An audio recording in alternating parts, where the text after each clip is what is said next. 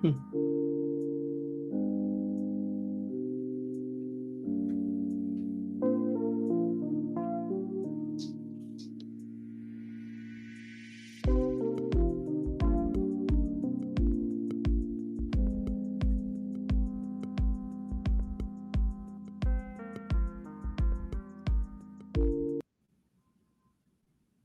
MLB Gambling Podcast and the Sports Gambling Podcast Network is brought to you by Munaf Manji. Sign the promo code MLB SGPN. Score up to $1,000 bonus cash. We're also brought to you by Rhythm. Get your 7-day free trial today. They're going to sportsgambling.com/RITHMM. And welcome, everybody, to the MLB Gambling Podcast here on the Sports Gambling Podcast Network. It is currently Thursday afternoon, roughly 5 p.m. Eastern Time on September 12th. I'm your host for this episode, at least, Scott Reichel, joined once again by Lonte Smith. And together we're going to break down the Friday card. Not every game, though. Going to get into 10 of the 15. So we're going to break down the games that should matter. Did skip a couple games. No offense if you want to talk about the A's, for example, or the Rockies. But we decided to save our time and talk about teams that are still fighting for a playoff spot or for seeding at this point. Lonte, how's it going with you? Have you enjoyed your baseball week? Pretty good week so far, man. I'm hoping to keep it going here. Had a good night last night. Pretty good the last few. So hopefully we can keep it going, man. Got a couple big series, and I'm looking forward to for the weekend. So, yeah, looking forward to it. Yeah, a couple games already finished. You saw the Rockies beat the Tigers, actually, in what was a close game. Screwball pitched well, so did Feltner. And then eventually the Tigers bullpen blew the game. You're looking at the Cardinals, who were able to win against the Reds. Gray was fantastic for the first 5 innings. He had a perfect game through 5, and then he kind of fell apart, but he kept it together, and he only gave up 1 run. So nice win there for the Cardinals. And then Houston got the job done, beating Oakland. They blew a lead, then had a monster 8th inning, and they eventually won the game 6-3. So overall, 3 games that were more competitive than the actual scoreline suggests, but hopefully the games remaining on Thursday are competitive, and the games on Friday are good too. Now, I will point out, though, we are missing a couple of pitchers in the early portion of the Friday card. I'll get into that in a second, though. For the actual breakdown of the 10 games we're going to talk about, I want to remind you once again, the NFL and college football card are in full swing. And a reminder that you should make sure that you're subscribed to the Sports Gambling Podcast and the College Football Experience for free picks on every game against the spread. So once again, if you are trying to get in on that football action, whether it involves Thursday Night Football with the Bills taking on the Dolphins, or if you want to go for the even Thursday night game with Texas State against, I'm trying to remember who they're against. Arizona State, yeah, okay. So I was trying to remember if it was Arizona State or Wyoming. But yeah, point is, though, if you want any action on those 2 games, check out the College Experience and the Sports Game Podcast. They covered both. Anyway, time to get into the actual card. Starting off, said before, we're missing a couple of listed pitchers for the card here on Friday. So starting off, you have the Orioles taking on the Tigers. Now, for this one, for the actual matchup, you have the Orioles at about -156. You have the over-under at about 8. Now, for the pitchers, you have Eflin against undecided. Eflin, since joining Baltimore, has been good. And you're looking at his actual numbers. He was a bit underwhelming last start as Tampa kind of roughed him up a bit, gave up 8 hits, 3 earned runs in 5 2/3 against them. Before that, though, he had been cruising as he had not allowed more than 3 runs in a single start in 4 straight. So we know Eflin's been in good form. We know Detroit, though, has been in good form despite losing the finale against Colorado, as they're currently 3.5 back of Minnesota for that final wildcard spot. Well, Lonte, I'll ask you this because Baltimore has not played that well. Is there any reason why you'd want to lay 156 with Baltimore, who's been kind of underwhelming for the last month or 2 at this point? Yeah, nah, definitely not. I like Detroit in the over, to be honest. I mean, Detroit scored 50 runs this month so far. They've had 4+ in 7 of the last 11 games, hitting the right at 250 in the last 10 on 8 hits. Baltimore, they've been inconsistent, even more inconsistent over the last few series. Detroit's 4-1 the last 5 at home. I think this is too big of a price for Baltimore to be laying, for them not to be playing as well. I mean, you would assume that they would be, with this price, assumes that they've been playing really well. I mean, they had a good win or 2 here and there, but just haven't strung together a lot of consistency. So Detroit's been really good as of late. I like their offense. I mean, they struggled a little bit today, but I mean, every once in a blue moon it happens. So I like Detroit in the over here. Yeah, honestly, Feltner was actually pitching pretty well for the last couple of starts. The Tigers struggled a bit, but they were in good form offensively before that. I think that there's some value on Detroit. I just think this price is too big if you want to talk about value. +132 for Detroit, I think it's a pretty good deal at home for a team that has been one of the hotter teams in the league compared to Baltimore. Feel like the loss yesterday for Baltimore kind of sums up their last couple months, where they led in extras. They had a chance to potentially either keep pace with the Yankees or maybe even gain a game, because the Yankees were in extras as well yesterday. And then O'Neill, it's a walk-off home run because there's a Holiday error, which results in another guy on base, and then you ended up seeing O'Neill launch one. So, yeah, pretty rough loss there for Baltimore. We'll see if they can bounce back. I believe they're 1.5 back, I think. Yeah, 1.5 of the Yankees, so we'll see what happens, but I'll go with Detroit here. I think there's some value, so I'll go with that one. Moving on to the next game, you have the Royals taking on the Pirates. For this one, you have undecided against Ortiz. Kansas City, though, is a underdog, actually, plus 108. You have Pittsburgh at about minus 126. Over-under is about 8.5. Now, Ortiz this season's been fine. 6-5, 3.26 ERA. Last couple starts, he has been inconsistent. 5 2/3, 3 earned runs against the Nationals, 6 innings, no runs against the Guardians, 6 innings, no runs against the Reds, 6 innings, 4 runs against the Rangers. So once again, kind of up and down. I find this price fascinating because we know that the Royals should be a playoff team, and the Pirates are 6 under. Why is Ortiz favored in this game? I don't really understand the price here. I'll go with Kansas City, who's been the better team.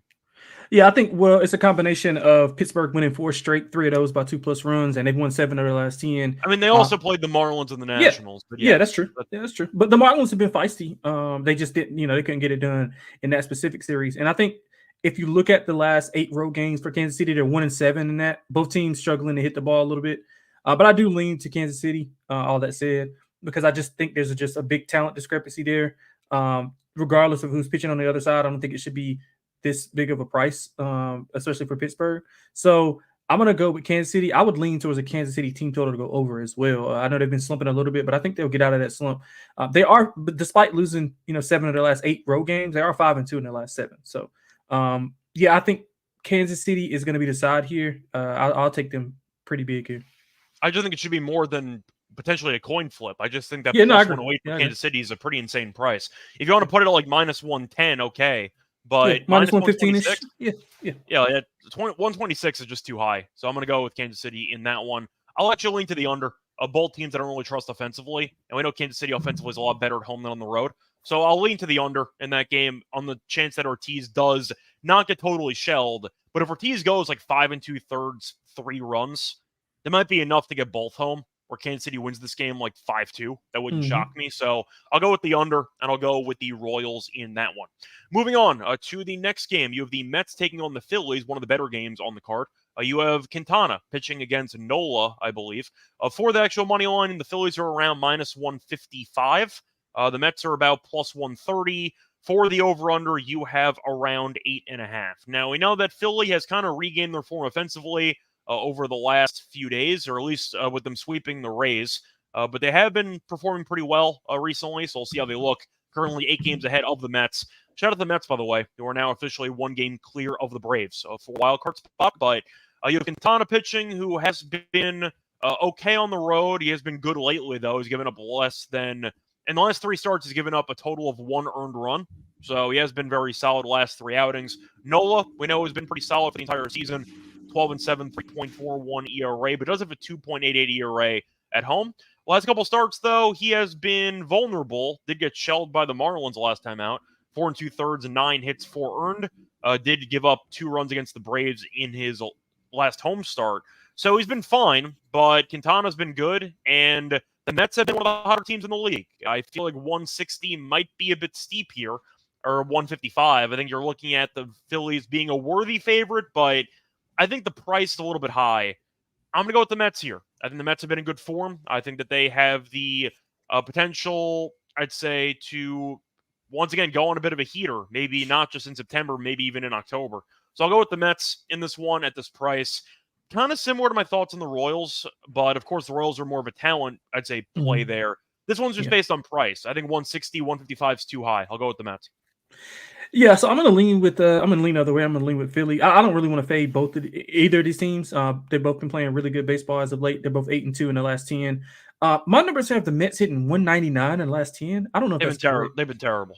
Yeah. So they're still winning though because the pitching's been good. So I like the under in this game, but Yeah. So, I mean, and Quintana, he had a rough August, 19 earned runs in 6 starts, but he bounced back pretty good. You mentioned the one earned run in his last 3 starts, .60 ERA, 1.22 WHIP in his last 18 innings pitched. That would be in that 3 game span.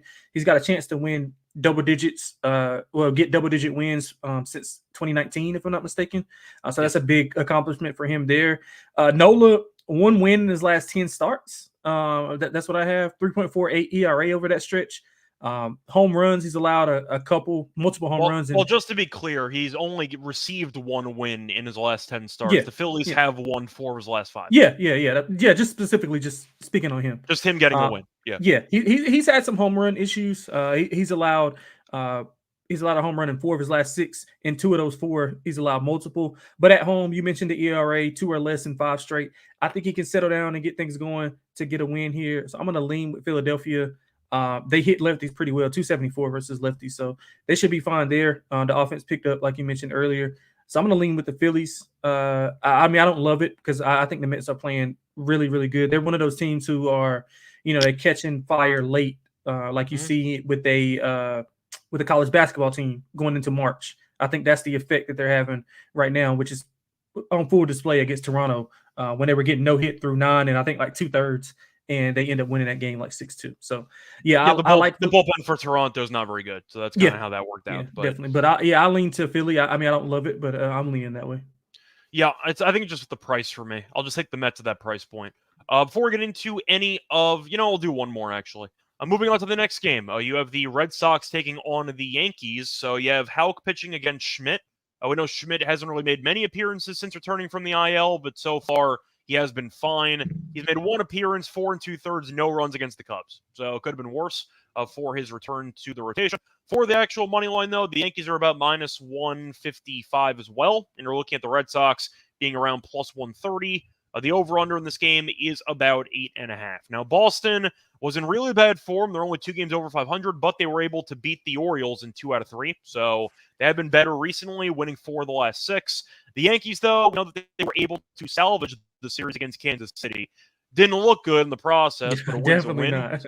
A win's a win, so I guess you take it as it comes. But the point is the Yankees have also won 4 of 6, but they have not exactly looked that comfortable, especially at the plate. So for this matchup, I think I'm going to go with the under in this one. I know that Schmidt hasn't exactly pitched that often recently over the last couple of months, but he looked good against Chicago. It's mostly based on the Red Sox not being great offensively recently. I know that they ended up scoring, I believe, 5 in the game yesterday. A reminder, they went to extras and they had a through and walk-off homer. So they only had 2 runs in the 9 innings there. Scored 3 in the game prior against the Orioles, had 12 in that first game against Baltimore. But the Red Sox over the last couple of weeks have really been a mess offensively because Devers hasn't really been hitting. So with that being the case, I do think you're looking at a spot where the under might have some value. The Yankees offensively, a lot of guys slumping right now. It's pretty ugly. Just looking at the actual numbers over the last couple of weeks. But I did see some reports, though, that Houck might not actually start on Friday. So I don't know who's going to be pitching for this game. Dead on phase is what they said. I was going to say Houck is listed right now, but according to Cora, he said that there are some arm issues with Houck right now, so he might end up not going. So I don't know who's going to pitch in this game, but I think I still have to lean to an under because I don't really trust either team offensively. But do I want to lay this with the Yankees? Not really. I mean, the Red Sox have been pretty good against the Yankees this season. So I feel like I kind of wanted to see if Houck would pitch, but based on this price, it's kind of the same thing as my overall breakdown for the Phillies game. I just don't want to lay 160. I just feel like this price is too steep. Boston so far this season's 5-4 against this team. In Yankee Stadium, the Red Sox are currently 2-1, so they have done pretty well against this team in Yankee Stadium. I'm going to go with Boston. I think Schmidt can pitch well, but he's made 1 appearance in about 3 months, and he's -160. I think it's asking a lot. I'll go with Boston. Yeah, I'm going to lean the other way. I'm going to lean to the over and with the Yankees. I mean, I think this is a big series for them because they can, extend some breathing room to that lead, to that 1.5 lead. I mean, if you just look numerically, Baltimore's favored, obviously, in their series against Detroit. And I think the Yankees, if they can win 2 out of 3 here and maybe Baltimore drops 1, that'll be pretty good. Boston's 5-4 head-to-head this year. The over is hit in 8 of those 9 games. Both have been about average offensively as far as metric-wise. Smith is supposed to be, his upload is supposed to be, a little bit. I mean, his workload is supposed to be a little bit higher. Only 75 pitches in his return, so I'm expecting a little bit more from him. I mean, the bullpen for Boston, obviously, if Hawk doesn't go, I mean, maybe we see a kind of an opener type of game. Mm-hmm. I think that the Yankees can kind of tee off and get right here in this series. So I'm going to go over and Yankees. All right. Before we get into any of the other games on the card, do want to remind you once again that we are brought to you by Arnick Fantasy because they have a pick'em, which gives you a chance to win 1,000 times your entry. The NFL's back, of course, Thursday night game tonight. You are looking at the Bills against the Dolphins. A reminder that they do have a ton of pick'em specials to get you started, and they also have a lot of options for college football. Their lobby is also packed with profit boosts and no sweat entries. You can now use specials and boosts on Airflex entries. And for the game tonight, what do I want to go with here? You know what? I'll go with Keon Coleman, a higher 43.5 receiving yards. Even though Lawrence didn't do a great job against that defense in week 1, Gabe Davis still broke 60 receiving yards, and I think we'd agree build-wise, Keon Coleman and Gabe Davis are kind of similar. That's why the Bills replaced Gabe Davis with Keon Coleman. I think he could have a decent matchup. I know Jalen Ramsey's been a bit banged up recently, so I do think that Keon could have a decent game here. Don't mind the higher on his receiving yards for that matchup. For the actual promo code, once again, a reminder, use the promo code MLB SGPN. Claim a special pick and first time deposit offer up to $1,000 bonus cash on fantasy promo code MLB SGPN. Welcome back, everyone, to the MLB Gambling Podcast. Just finished getting into the first couple games for the Friday card. Time to keep it going with the Rays taking on the Guardians. Now, for this one, you have Littell pitching against Bybee. The Guardians are about minus 180. The Rays are about plus 150. For the over-under in this game, the total is set at about 7.5. Now, we know Tampa has been underwhelming lately because they can't hit, and it seems like they're finally regressing back down to where they should be. Littell, though, has been really bad on the road, 4.91 ERA. He's been pretty good lately, though. He was not good against Minnesota at home, but he was very good against Baltimore last start on the road. 5 innings and no runs. He has allowed less than 2 earned runs in 5 of his last 6 starts. So he has actually been really good, but once again, his road numbers over the course of the season have been a lot worse than his home numbers. Now, for the Guardians, Bybee this season has been fine. 11-7, 3.56 ERA. He has given up 3 runs in his last 2 starts combined, so we'll see how he does there. However, last 2 home starts, not good. 10 2/3 and 9 earned runs allowed. So he has been kind of struggling at home recently, but I know Cleveland is the better team. I feel like I'm constantly just repeating the same script here. Minus 180, I just think's too big. Like, Littell's been good. I feel like this price is massive. I feel like the argument is, Tampa can't hit. I'm aware of that. So I might lean to the under in the game. But with Bybee not pitching that well, and with, once again, Littell being good in most of his last couple outings for the last month or so, I think minus 180 is massive. I just feel like this price is off to me. So I'm going to lean Tampa, but I'm going to lean to the under as well because I don't trust either offense.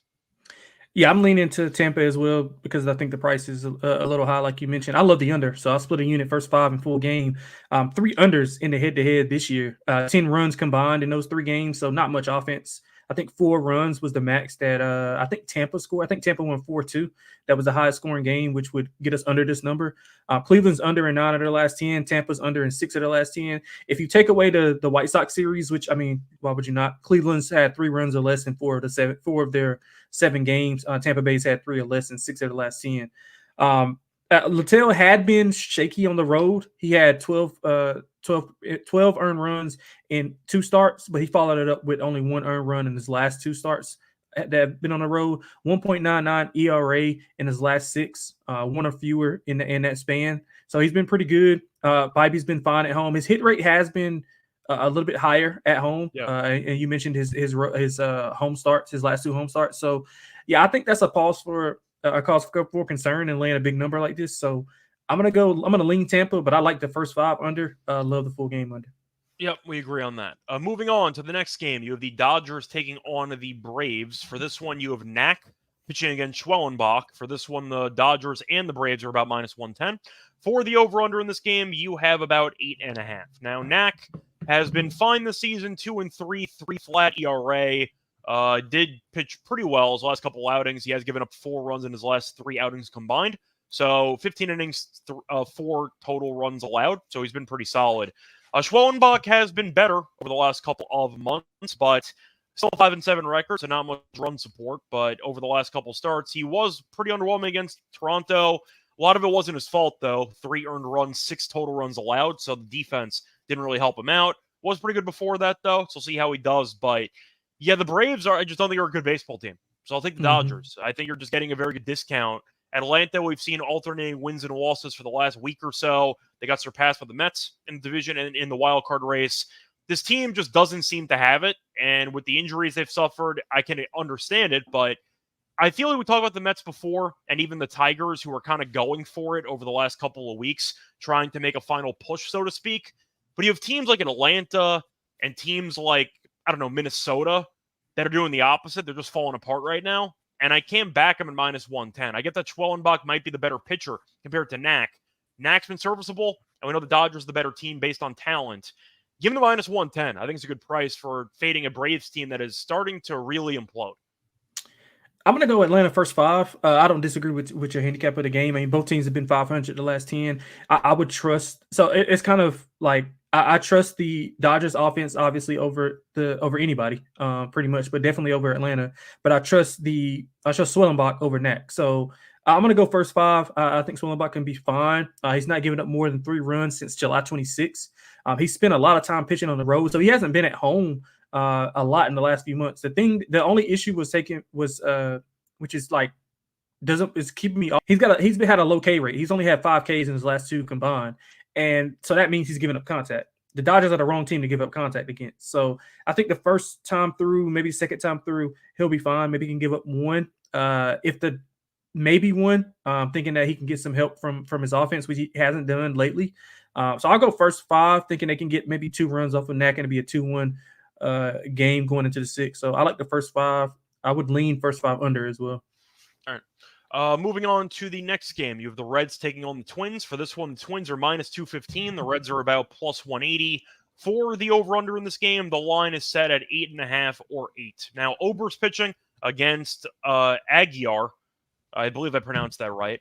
Point is, though, it looks like Aguilar, but there's no L in there. So Aguilar, I guess. Point is, though, you have Ober pitching, who's been good this season, 12-6, 3.77 ERA. He's been nails for the last couple of months, with the exception of 1 bad start against the Braves. The last 2 starts, 2 total hits allowed, 1 total run allowed. So he's been completely dealing. The Reds also can't hit. The Reds have been awful offensively for the last couple of weeks. To get into the Reds' offensive numbers here, they have scored a total of, well, I'll put it this way. I'll read off their last couple of games. 1 run, 1 run, 3 runs, 1 run, 3 runs, and no runs. That's their last handful of games there. So if you're doing the math at home, that means that the Reds have scored a total of 9 runs in their last 6 games combined. That is not good. So this team can't hit, and Ober's been great. Yeah, give me the Twins -1.5. Probably Twins, honestly, maybe even first 5 -1.5. Ober's been great. There's no reason for me to assume he's going to struggle against this offense, which has been useless. And Aguilar hasn't pitched much this season. 1-0, 5.06 ERA, only 21 1/3 innings, but he has not gone more than 4 2/3 in 3 straight outings. So there is some reason to be a bit concerned about the lack of length. So give me the Twins to win this game comfortably. The Reds can't hit. Minnesota, I know I roasted a second ago for not being in great form. They did wake up a little bit in the game yesterday. I think Royce Lewis had, it was either a 3-run homer or a grand slam. I don't remember. Yeah, but well, he had a grand slam, but they called it back. It hit the top of the, I guess it didn't clear the space, so it was a, I think 2-run double. Either way, point is, though, that the team kind of broke through there. They scored 10 runs in the middle against the Angels, scored 6 runs in the finale. The offense has kind of woken up recently. So with that being the case, I think I am going to go with the Twins -1.5. You? Yeah, I love the Twins in this spot. Maybe some Ober strikeouts. He actually has lost 5 straight. So he's had 4 quality starts in that span, but he's only had 1 bad start all year. I think it's more to do with the Minnesota offense not giving him the run support. Don't trust Cincinnati's offense. I mean, you pretty much just took the handicap that I had. Cincinnati's offense has been atrocious over the last. I mean, I watched it. I had the great strikeouts today. They weren't even close. Yeah. So, I like Minnesota -1.5. You want to prop in there? I would throw Ober total outs over, or his strikeouts over as well. I think he can go well against the Cincinnati offense. Yep, me too. Moving on to the next game, you have the Astros taking on the Angels. For this one, the Astros are favored, obviously. For the actual pitching matchup, though, you have Kikuchi against Aldegari. I believe I pronounced that right. Aldegari. Point is, though, the Astros are minus 200. The Angels are about plus 165. For the over-under in this game, the line is set at about 9 or 8.5. For this one, I mean, I think the Astros should win, but I really have a hard time fully trusting this team right now. They're kind of on autopilot because they know that the Mariners can't hit, and they're 4 games clear. They've not been good. They've lost 3 of their last 4, so I'm not exactly sold, but we know that the Angels have been awful anyway.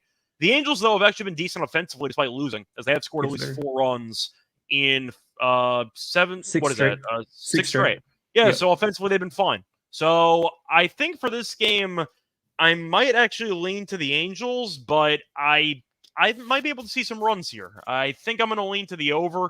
Kikuchi, we know, has been better since joining the Astros. Was not great last start, though. Gave up 4 runs against the Diamondbacks. He has given up at least 3 runs in 2 of his last 3, so I can see some runs here. I know that Aldegari has not made many appearances this season. I think he had 1 good, 1 bad, but I think I'm just going to go with the over. I could see runs in this game. The Angels' offense has been underrated. I maybe would not mind a team total over for the Angels. Yeah, I like the over in the game. I can't trust Houston to lay this type of number, especially on the road. We saw them laying this similar number at home to Oakland, and they lost 2 of 3. So, yeah, I don't really love it, but I think just price alone, I would have to lean to the Angels just because of what they've been doing offensively with the 4+ in 6 straight. I mean, Houston's 2 and 6. They've been losing all those games, but whatever. At least they've been scoring. Yeah, Houston's 2 and 6 of the last 8. Altuve just went on a 15-day IL as well, so that's something to monitor for them. I think it's just cruise control, like you mentioned, for Houston. So I think in this spot at home, I think that the Angels are live here to win this game. So I'm going to go with them and the over. Yep, I don't mind the team total over for LA, though. They've actually been pretty good recently. Moving on to the next game, you have the Brewers taking on the Diamondbacks. For this one, the Diamondbacks are minus 115. The Brewers are minus 105. You have Myers against Erod. For this one, the over-under is about, trying to find it, about 8.5. For this one, we saw Rhea look like absolute garbage against the Giants yesterday, and I believe they gave up like 9 runs in the first 2 innings. Point is, though, the Brewers are definitely on autopilot because they are about 8 or 9 clear of Chicago for first place. Diamondbacks, we know, should make the playoffs. They've been in good form. We'll see how they look in this one. Erod, though, has been awful. Like, no way around it. He's just been bad. Last 3 starts, he's gone 13 to third, giving up a total of, just doing the math here, giving up 13 runs. So once again, really not good. And his under-outs has been just a money-making machine over the last, really the entire season since he came back off the IL. Myers, though, I actually like 7-5, 2.93 ERA. Been good lately. He has allowed less than 4 runs in a lot of starts. The last time he allowed 4+ earned runs was July 4th. So he has given up less than 4 earned runs, in 10 straight starts. So he's been great. Give me the Brewers in this one. I think that the wrong team's favored. I want nothing to do with Erod.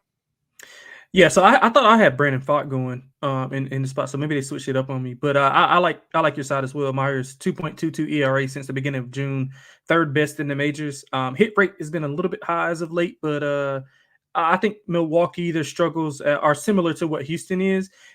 In this case, I'm just pretty much fading the pitcher, and I think they'll be able to get back on track. They're 2-5 in their last 7. Arizona's won 3 straight. So I'm going to go with the better pitcher on the mound. So I like Myers. I would lean to the over as well. I think Arizona's offense has picked it up a little bit as well. Milwaukee hasn't been as good offensively. I think they pick it up here in a big series against, well, not a big series for them, but a good series for them to kind of get right going into the postseason. It's mostly just me not trusting Erod, who I think's been, no, that's I don't want to say a full liability, but he's not been a strength in that rotation for Arizona. That's fair. Yeah.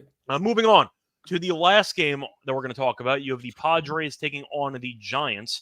For this one, you have the Padres, who are about minus 105 dogs. You have the Giants at about minus 115.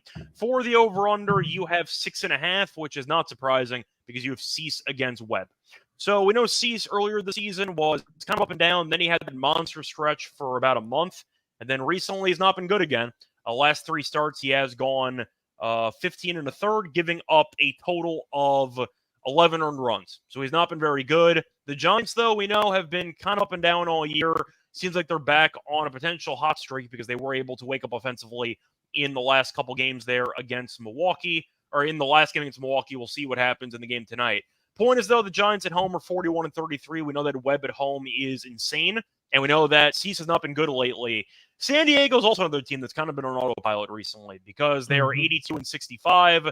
They've been kind of just hovering, and we saw the Giants actually beat them 2 out of 3 in San Diego earlier this past week. So I'm going to go Giants here. I think that Webb at home should look sharp. Cease has not been good lately, and the Giants are 6-4 against this team this season. Webb, going through the last couple starts, though, has been a bit shaky. I will admit it. But 2 of those starts were on the road. Got shelled at home his last start against the Marlins, which was kind of shocking. But I think he bounces back here. I think he's in line for a good outing. To look at his stats against San Diego this season, out of curiosity. Against the Padres, he's made 3 starts, 19 innings, a 3.32 ERA. So he's been fine for the most part. Give me Webb in this one at a cheap price. Yeah, I mean, both of these teams have been a little bit too inconsistent for me to back. They won. San Diego was 1-2 in the series last week. The total score was 14-14, so they played each other pretty even. Both pitchers are kind of the same. I mean, Cease has had 3 losses in his last 4 decisions. He's walking guys 2+ walks in 3 straight. Both of these pitchers had 4 earned against each other on 6 hits for Cease, on 10 hits for Webb. I mean, the hit rate's been up for both guys. I mean, I just kind of don't trust either side. I'm going to go with the first 5 over. I think we get some runs here. I think I played the first 5 over in the same exact matchup a few weeks ago, and that cash, I think it was 4-5 going into the 6. So I like the first 5 over. I guess if you made me pick a side, I would just take San Diego just because of the price. But I don't love it at all. But I like the first 5 over for sure. Yeah. I can get behind that. It's really just a matter of me trusting Webb long-term at home. I feel like that's kind of the tiebreaker there. Yeah, that's so I'll go with the Giants in that one to get the job done. Anyway, point is, for the actual card that's going to do it for the 10 games we're going to cover, now it's time for the lock and dog picks. But for that one, remember once again, they're brought to you by BetUS, new sponsor. A reminder that BetUS is the best in the business, and a reminder they've been around for more than 40 years. Bet anywhere, BetUS is available in tons of locations, including internationally. BetUS also has a ton of props. They have same-game parlays. They have some of the best boosts in the business, and they also have an brand new live betting experience. Is a deposit using crypto and you could also get lightning fast payouts. And a reminder, if you use the link to sign up and get a 125% deposit bonus on your first 3 deposits, go to sportsgamblingpockets.com/betus. That's sportsgamblingpockets.com/betus. Promo code SGPN. So they know that we sent you. A reminder that once again, if you use that link, you can get 125% deposit bonus on your first 3 deposits. We're also brought to you by Rhythm. If you ever wanted to build your own betting model for football for either college or the pros, now you can do it because Rhythm can help you build it. A reminder that Rhythm does provide bettors with all levels with the ability to build custom predictive models. In seconds, you can get predictions on money lines, spreads, totals, and props. And a reminder that if you don't actually build your model from scratch, that's fine too. You can copy one of the top performing models from the leaderboard, or you can also just use one of the Rhythm's pre-made models if that's more your thing. A reminder, though, that they do give you a bunch of stats, research, and trend analysis to give you even more betting insights. But if you are still concerned about the actual platform, what if I told you can try it out for free for 7 days? Because if you end up using a link, we can give you the link right now. sportsgamblingpockets.com/rhythm, sportsgamblingpockets.com/RETHMM. You can claim your 7-day free trial by using that link so you can test out the platform, see if you like it before trying to spend money if you do want to keep your account. Welcome back, everyone, to the MLB Gambling Podcast. Just finished getting into the 10 games we're going to talk about for the Friday card. Now it's time for the lock and dog picks. Lonte, I'm going to ask you, what is your lock and dog for the show? Yes, I'm going to go with 2 games that we did not discuss for both the lock and the dog. For the lock, I'm going with Toronto at home against St. Louis. You saw them have that heartbreaking loss earlier in the week.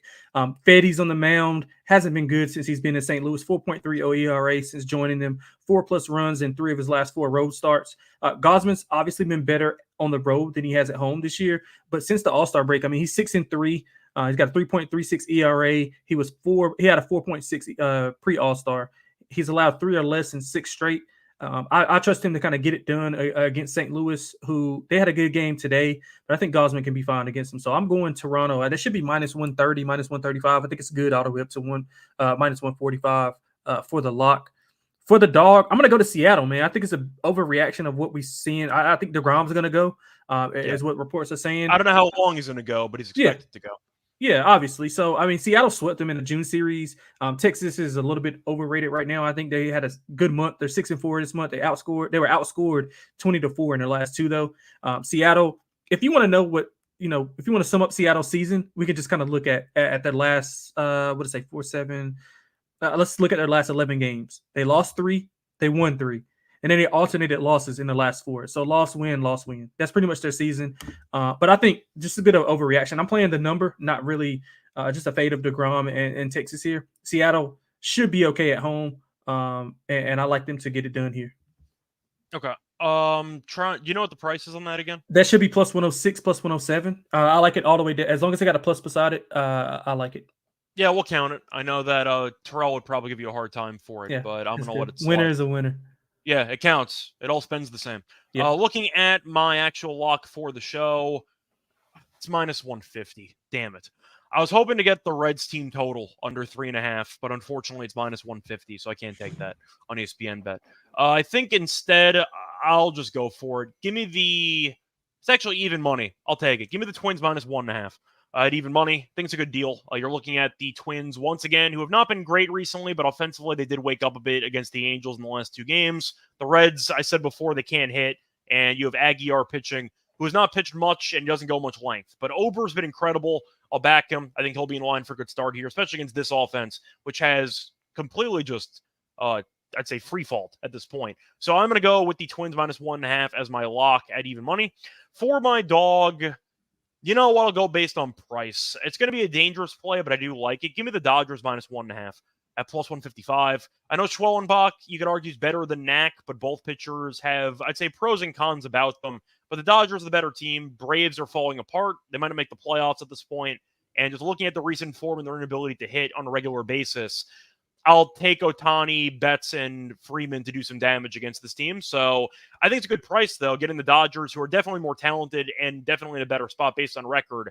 Atlanta's just been underwhelming for months. Plus 155, I think is a great price. I'll go with that as my dog. So once again, my picks are going to be on the Twins minus 1.5 at even money as my lock. My dog will be on the Dodgers and Braves game. Give me the Dodgers minus 1.5 at plus 155. Now it's time, though, for the home run plays. Lonte, what is your dingers play? I'm going with Brent Rooker in another game we didn't discuss. Homered again today. Yeah, he did hit one today. He's got 3 so far in September. He didn't perform well against the White Sox in an earlier series. I think he was maybe like 3 of 20 or something like that in a 3-game series. So he wasn't good at all. And I think he'll be able to get one off of Garrett Crochet. The Oakland's pretty good against left-handed pitching. They've been good offensively since the All-Star break. So I think Brent Rooker can go deep tomorrow. Okay. I'm curious what price that's going to be.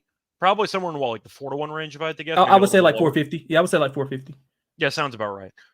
For my home run pick, I didn't find many overall pitchers that I truly wanted to fade. So I have to try to get creative here. The Brewers aren't hitting, but I thought about fading Erod again.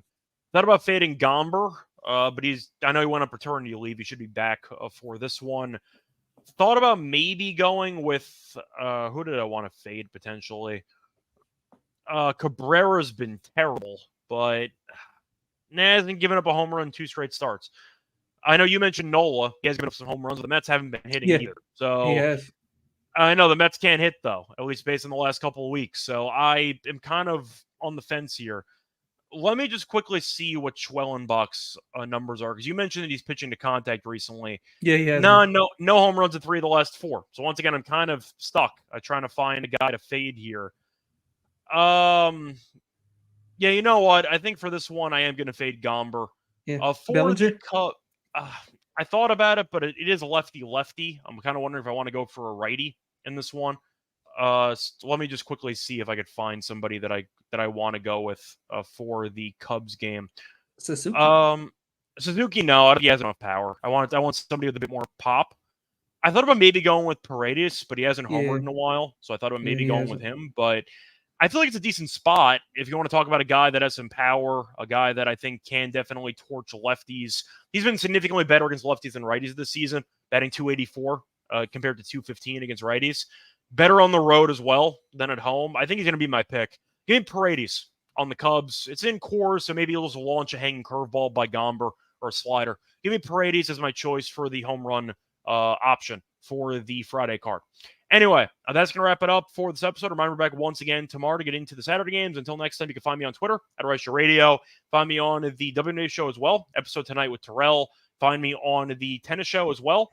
And the NBA show, of course. Until next time, you can find him on Twitter at XXLonteXX. You can find his articles on the, of course, website for SGPN. You can also find him on the NBA show and this show, obviously. Until next time, good luck to all of you and all of your bets. Bye, everyone.